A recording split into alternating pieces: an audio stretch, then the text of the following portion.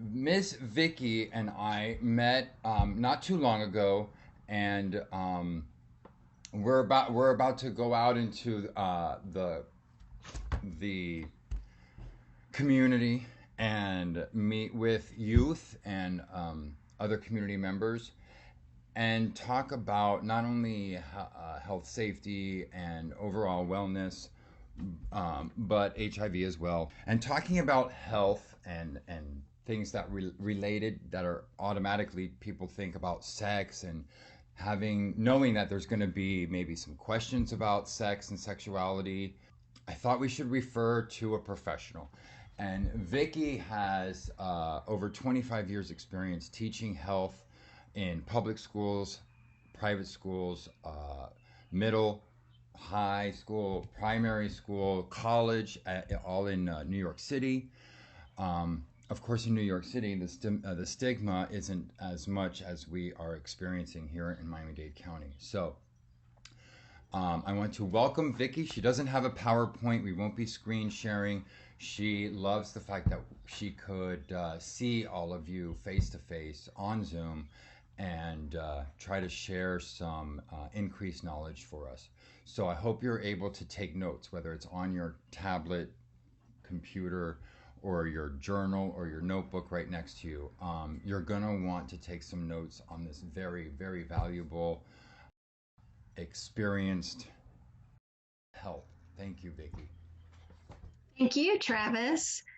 I also worked for quite a while part-time and full-time for a nonprofit in New York that I'll probably talk a little bit about tonight. And at one point, I was working days as a teacher, and I was working nights as a group leader for this nonprofit, All With Youth. The nonprofit where I worked was actually called New York Youth at Risk. And I know that we don't really use the term at risk anymore. It's still in a lot of the literature, and I still use it in the curriculum that I write currently. We like to talk more about disenfranchised youth or underserved youth and underserved communities, but I will use the term at risk. In terms of teaching and group leading, there's a lot of similarities, there's some differences. But you might catch my language. I might say student instead of young person or participant, or I might say teacher instead of group leader. That's just me, kind of blanket statement, and also just sort of forgetting where I am. So I want to first hear from you guys. There's not too many of us here. So I just would like you guys to just share with me your name, your occupation, and if you have any experience with youth, what it is. And if you don't, that's totally fine. I just kind of want to get an idea of who's on the Zoom call. And you guys all know Travis, and I know Travis. So I'm so glad to know all of you. Honestly. What a family. Yeah, I see.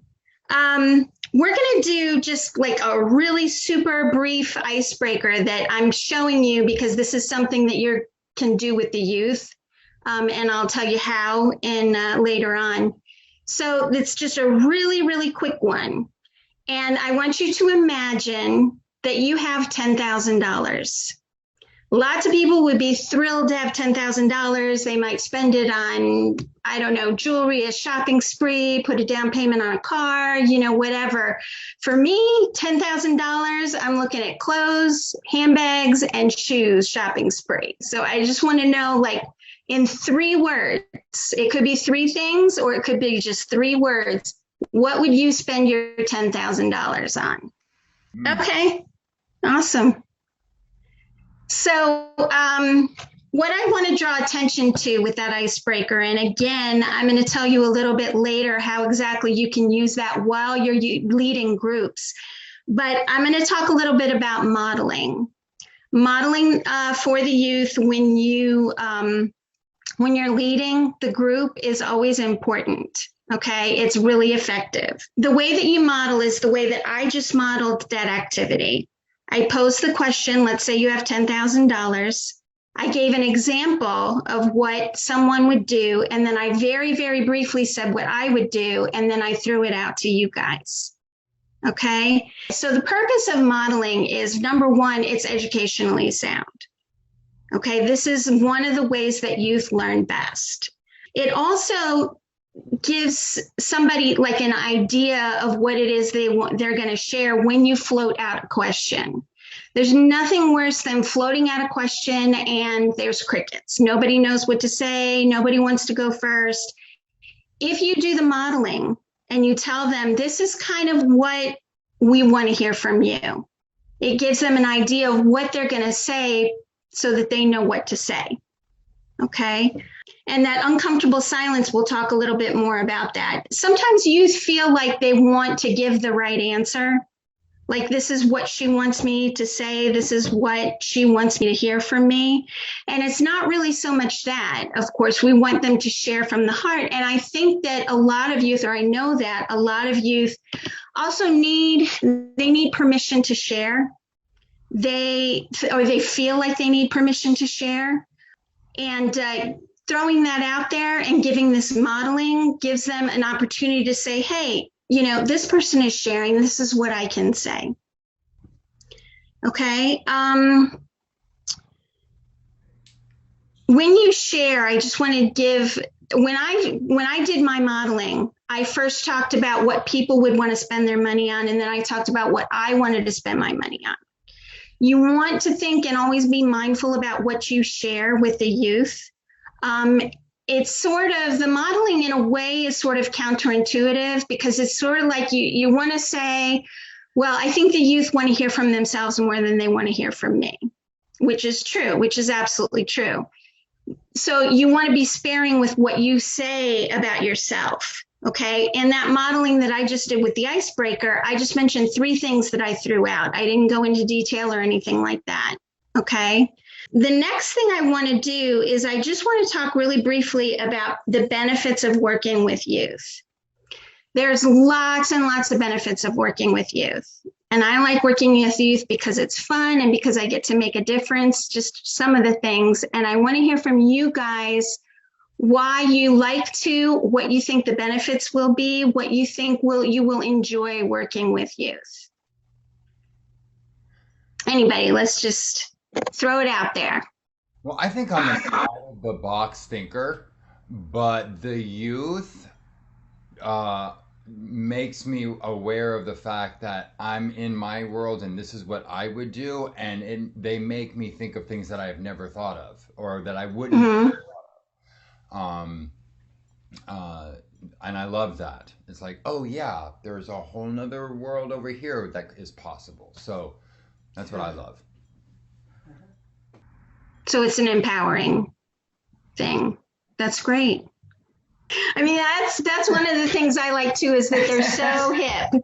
You know, they're so up on everything that I have know nothing about. Okay. Thank you for sharing that. So it's important to always keep front and center the reason why you like working with youth. And then, you know, I just think that youth are amazing because they're just, it's like this ball of energy that I've never quite been able to put my finger on. And it's like they possess all of these things. They're vulnerable and they're strong and they're funny and they're vulnerable and they're introspective. And somehow youth manage to be all of those things at one time. And it kind of comes at you and you just have to sort of let it wash all over you.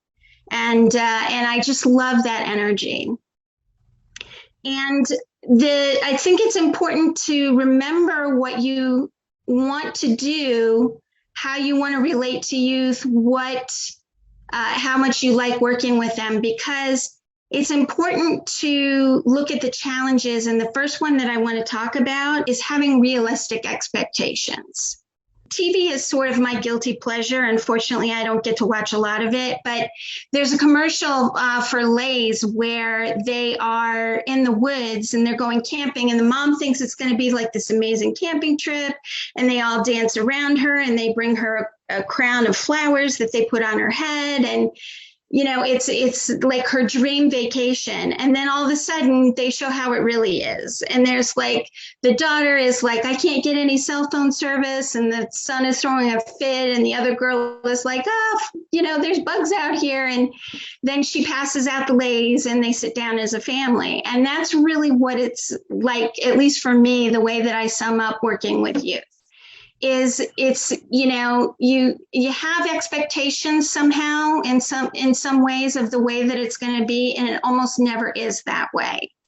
And I think it's really important to remember this, because I've seen it happen many, many times. For those of you who don't have experience to working with youth, I've seen it so many times where someone comes in and they set their expectations really high. And this goes for anything in life, really.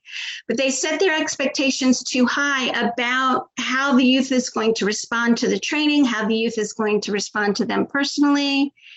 And they end up being disappointed that it's not really the way that they thought it was going to be. And then they end up not continuing the work. And I always just thought that was really sad. And so I wanted to point that out because I know there are a few of you who have not worked with youth before. Remember, too, that when you're working with youth, sometimes what you say might not resonate with them at the time that you're saying it, or the activity that you're leading or the discussion that you're leading might not resonate with them at the time, but it doesn't mean that it won't later. Okay, so just if you look out at the group and it doesn't look like things are resonating with them, it doesn't mean that it's not. Okay, what do you see as some of the challenges? What are some other challenges that you see yourself having working, doing this program, not necessarily with youth, but in leading groups for this program? Because Travis told me that there's going to be a presentation and then you guys are going to break into smaller groups, right? Yeah. Yeah. Okay. So what do you see in terms of leading the group? What do you see as being some of your possible challenges? You're sitting there, small group. Connecting. Just connecting. Connecting. Mm-hmm. Being patient. Okay. Yeah, you need a lot of patience because, I love working with youth. I've been working with them for a very long time, but it can be stressful sometimes. And you have to be patient and have a sense of humor and things like that. No one in this group has a sense of humor. Yeah, I find that hard to believe. What about, are you worried about sort of behavior that is going to be distracting or derailing to the rest of the group, like trying to run the group, just the logistics of it, of like, they're being side talking or laughing or, somebody being an entertainer and wanting to disrupt or draw attention to themselves. Is anybody worried about anything like that? Not worried, expected. Good. I'm so glad that you said that. I'm so glad you said that because it is to be expected. And I have known people also who, didn't realize that, weren't expecting it and were caught off guard and then didn't know what to do. Creating a safe space for youth. I want to talk a little bit about group agreements, or sometimes called ground rules, and why they're important. Ground rules are, I don't like to call them ground rules. I think everybody knows what I mean when I say ground rules, but we can also call them group agreements. Is a really good tool in helping you organize the group. Okay, help you deal with the stuff that might be trying to derail you or derail others. What are some of the things that you think would be a good idea to have on the list? Just real quick, like one of the most popular things is they'll say one mic, which means that only one person speaks at once. That's a big one. Yeah. Another one would probably be what happens in here stays in here, like Vegas. Okay. I always like to speak from an I point of view. That's another thing that you can model for them, because you're not going to have time and you're not going to have the opportunity or the place to be able to teach them communication skills, like talking from the I point of view. So you're going to have to just model it for them. So that's something that can be done like that too. Anything else? Respect each other. Yes. Respect.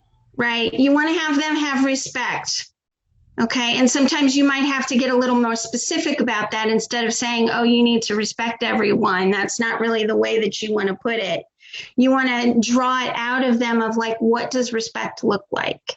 Certainly not saying anything disparaging against anyone, using respectful language, things like that. Okay.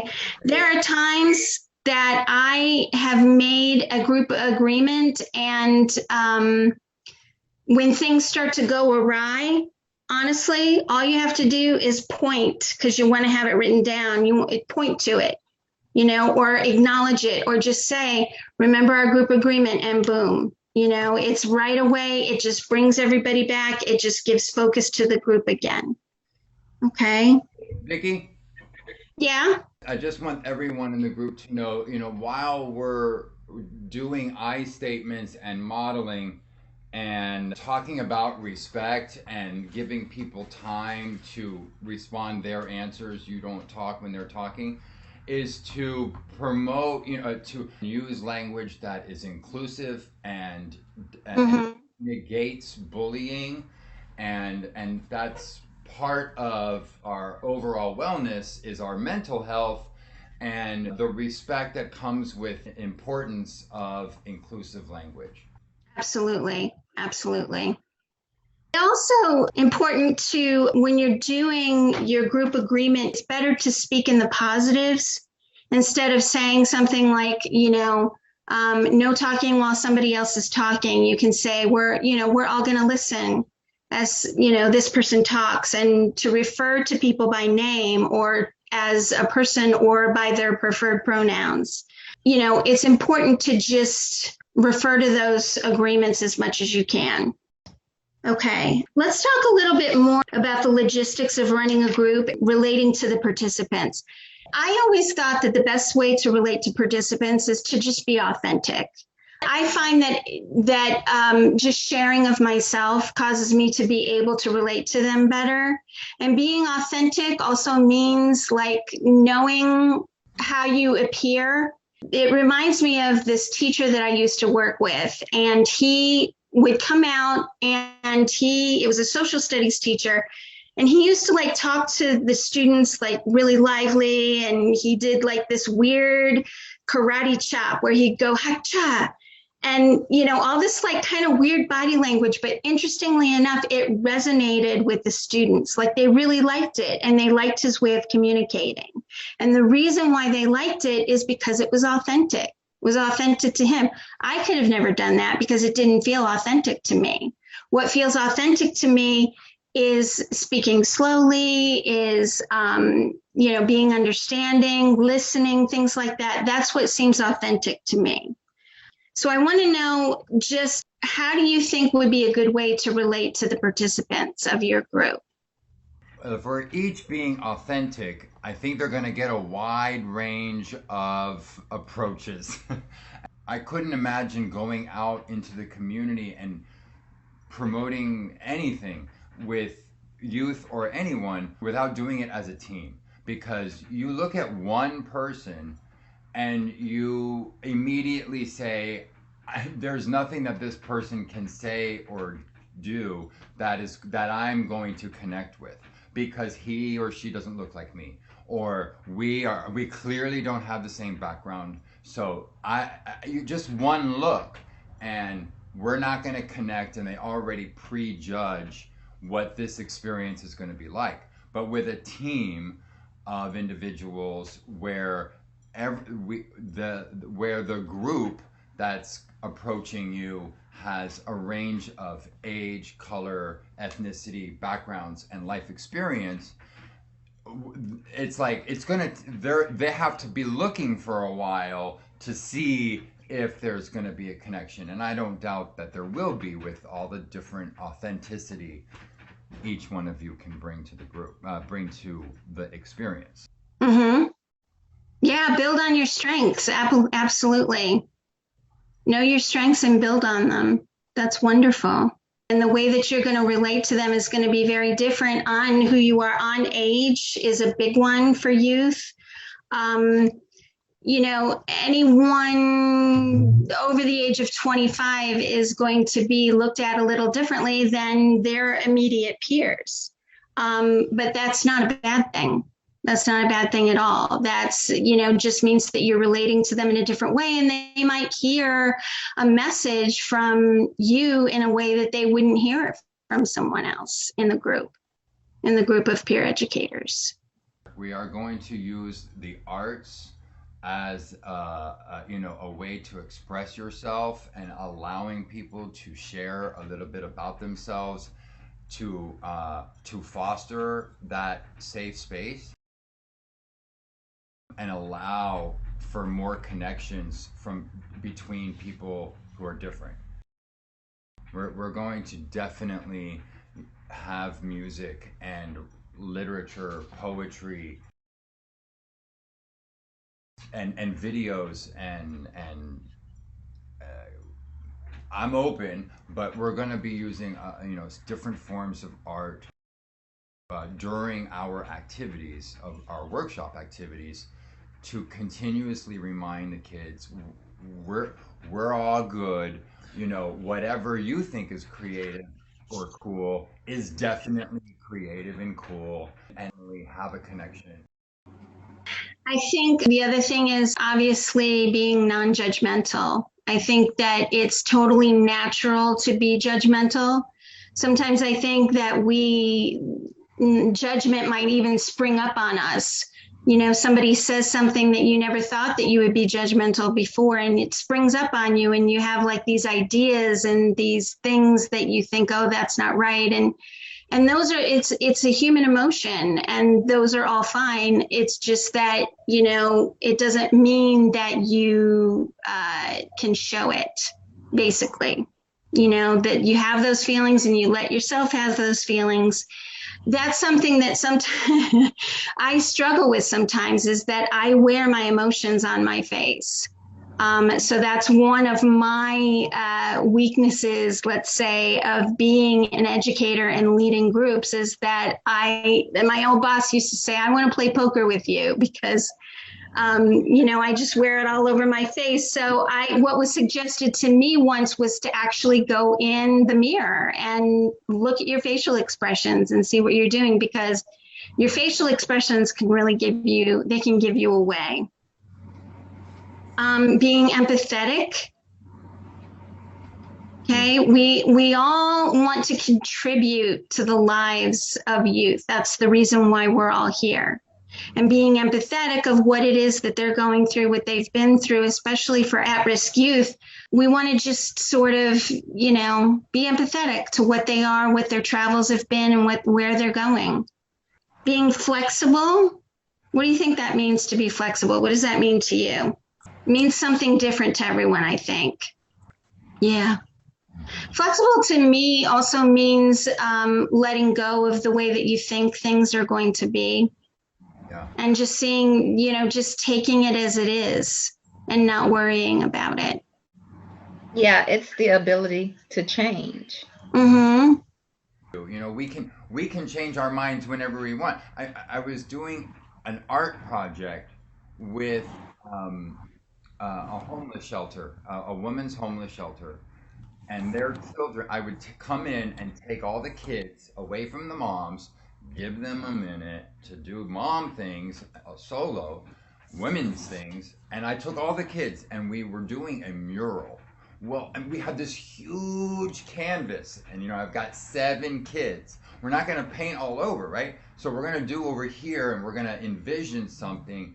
But 7 days later, my return, different group of kids, or half the same, half different. How do you continue this mural when it's going to change? What is it going to be? And I would constantly say, we have no idea, because we are changing, and so our activities change, and you can literally see the evolution of the mural from all the different groups.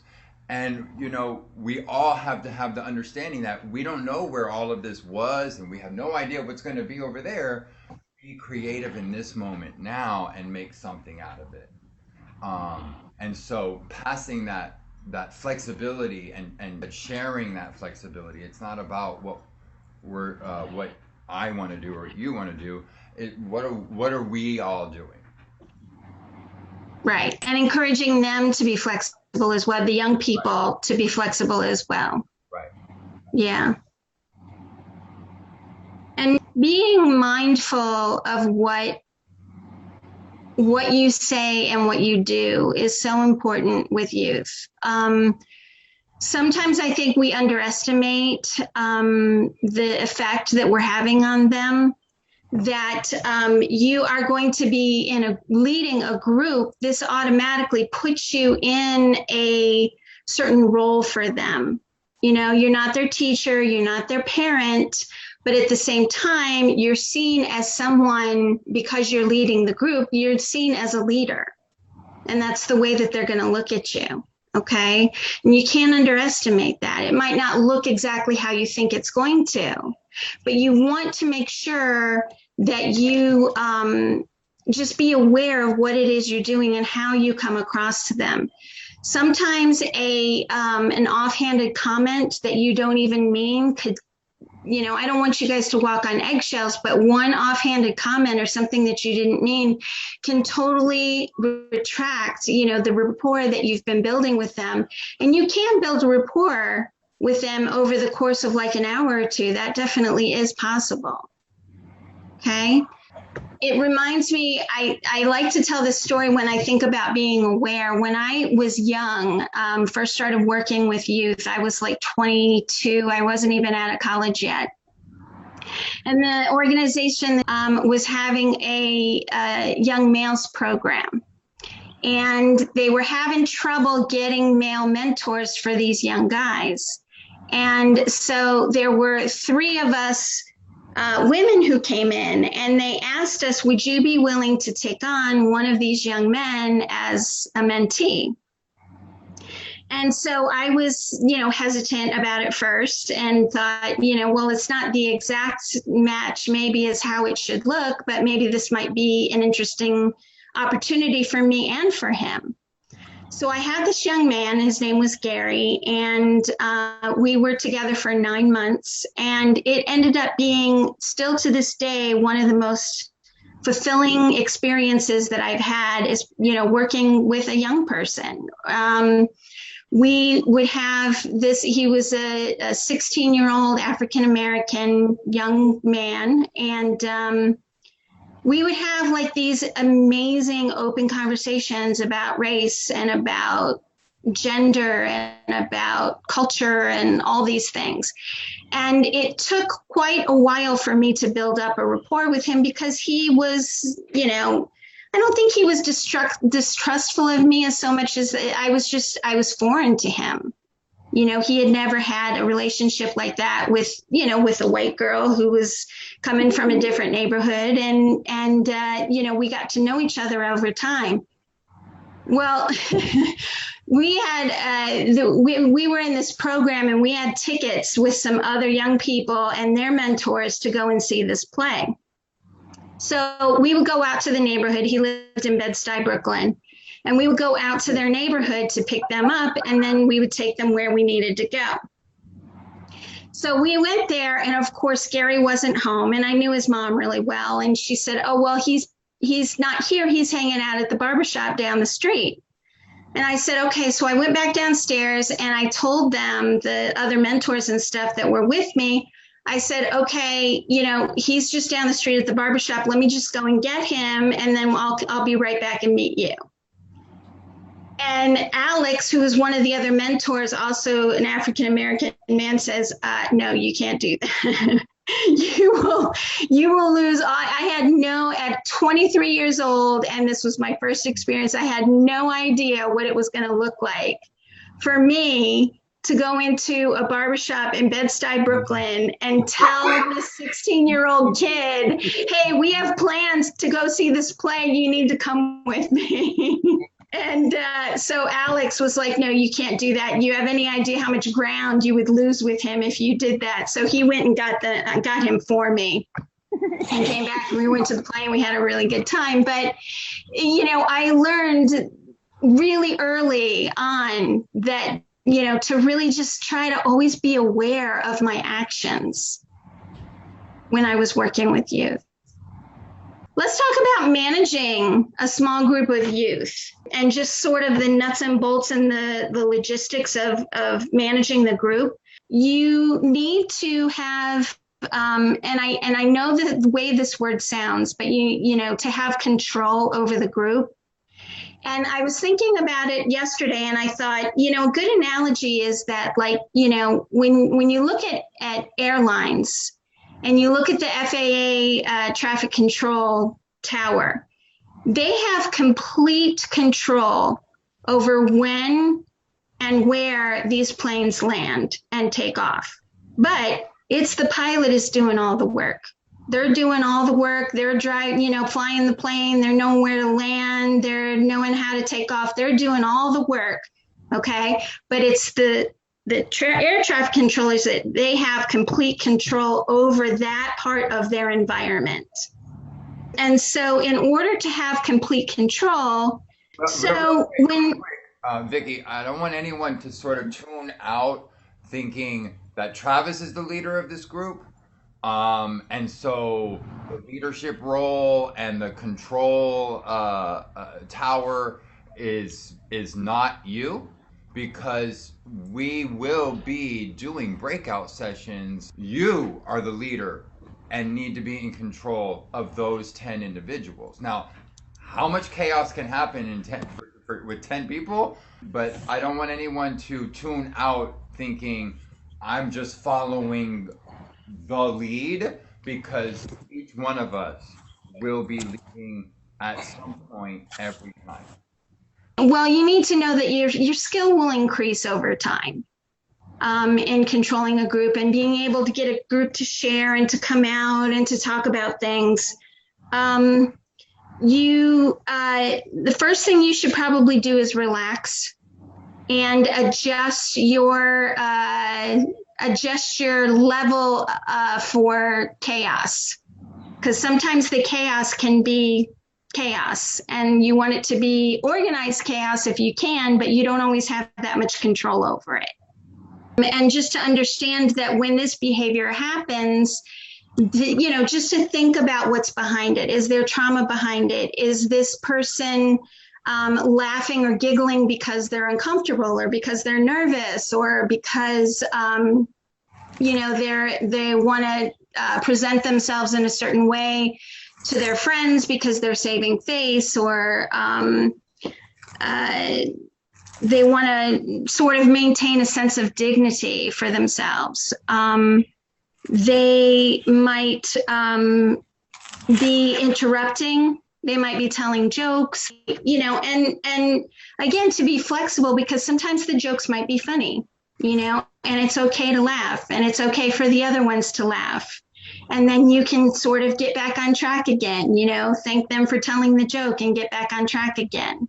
Just thing that I use with the icebreaker is that if you are in a group and things start to sort of go awry, you can use would be an icebreaker or called an icebreaker, but it's really not. It's sort of like a refocusing tool where you can say, okay, let's refocus for a minute. Okay.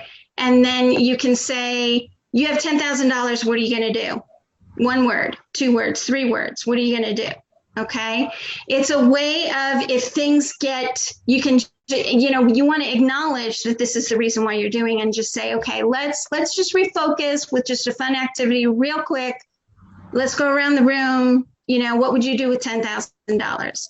Or another one that I like to do is either or, and you hold out your fingers, sushi, gross or delicious.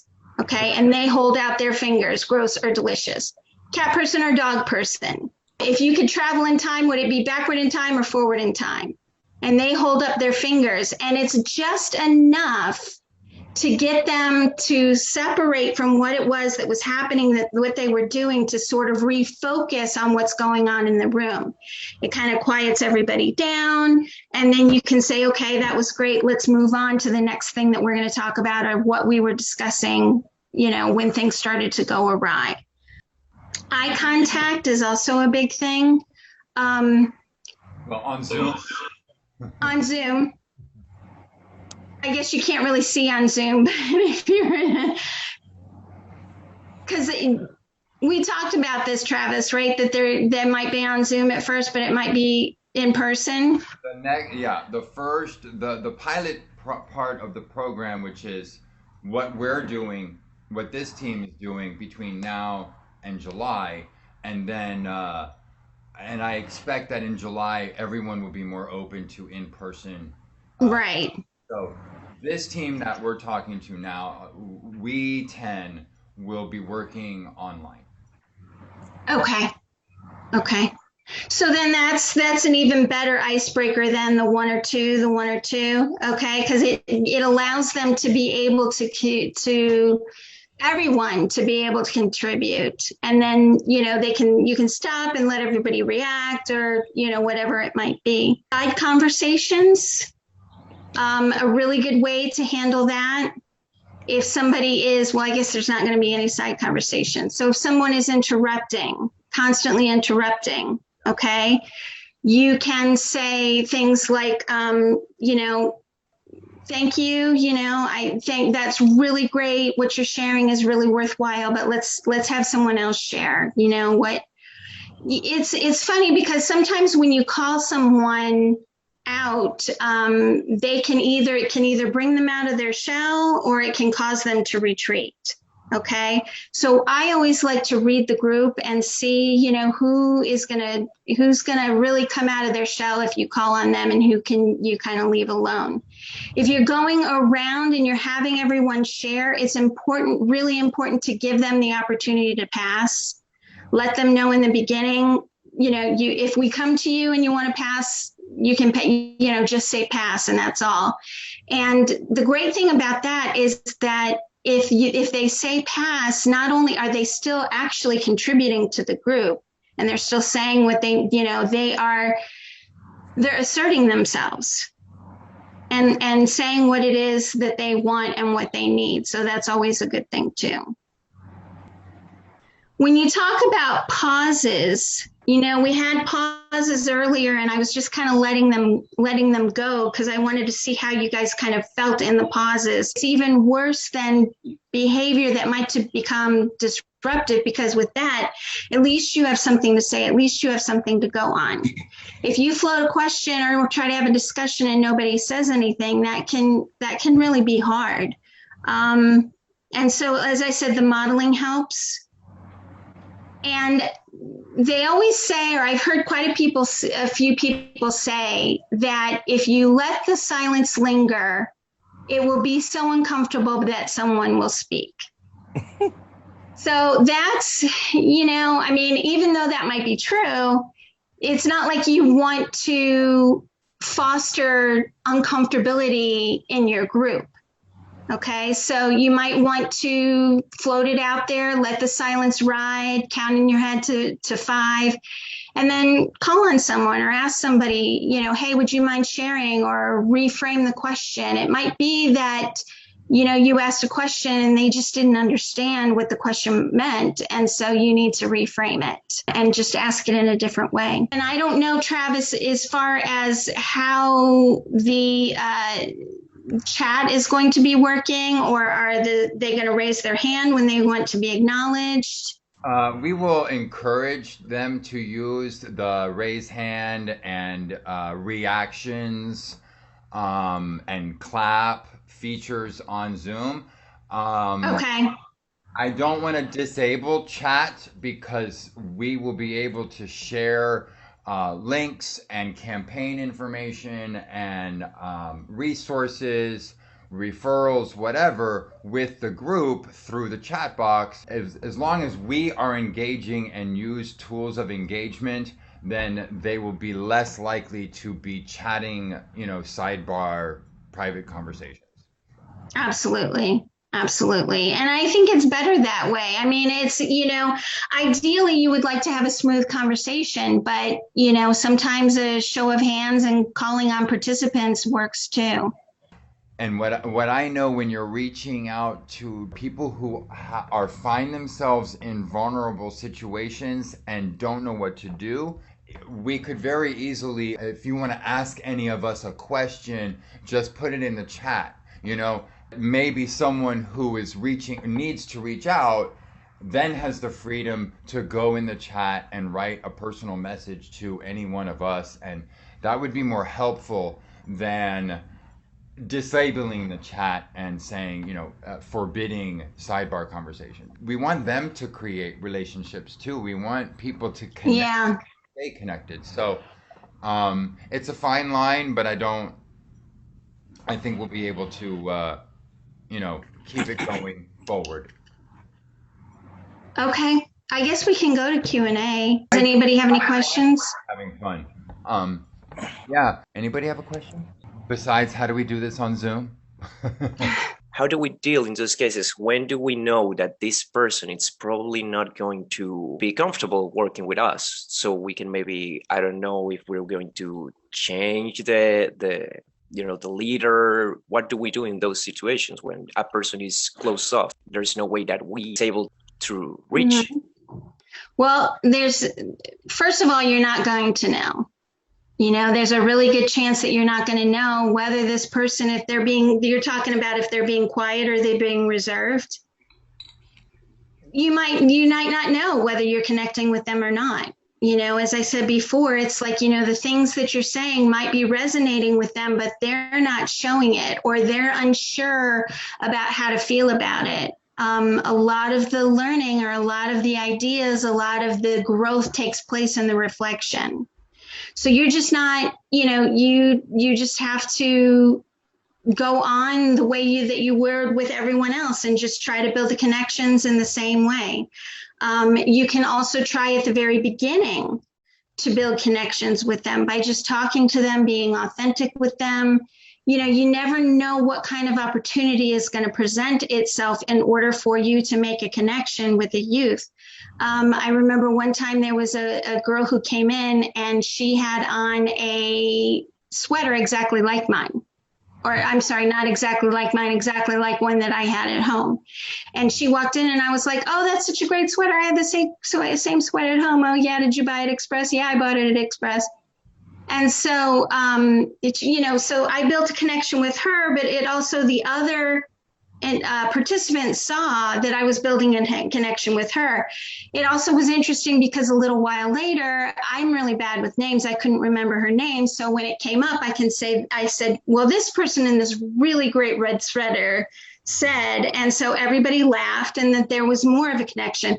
That was something I would have never thought that would have happened. So just like be on the constant lookout of like ways that you can connect with the youth. If we are making those connections, and I am now having a connection with the person who's wearing the same hat as me, then someone else is going to want to make a connection just as fast and make it known to the others that they're connected just the same way as we're connected.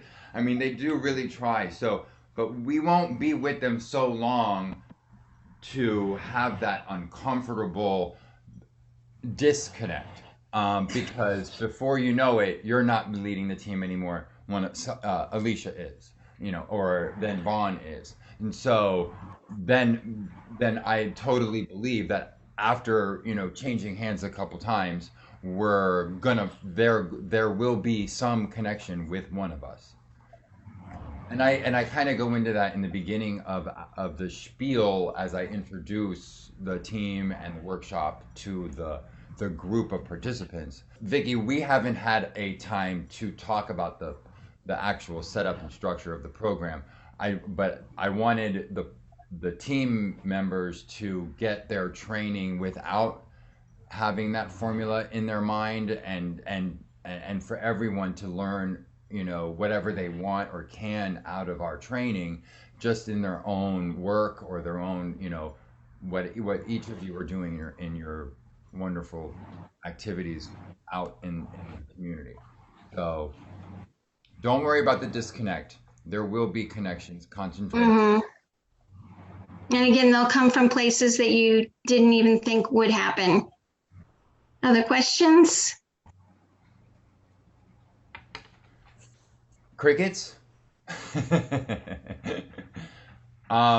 So Vicky shared with me sort of like a whole summary of the talking points, and I'm happy to share that with all of you so that we have this takeaway that we can refer to in our journals or as we continue working together. So thank you, Miss Vicky. Thank you. Really appreciate it. Thank you, everyone. Thank you, Vicky. Okay. Take care. We'll stay in touch. You. Thank you, Vicky. Thank you. Thank Great you. presentation. Yes, Thank you. Bye-bye.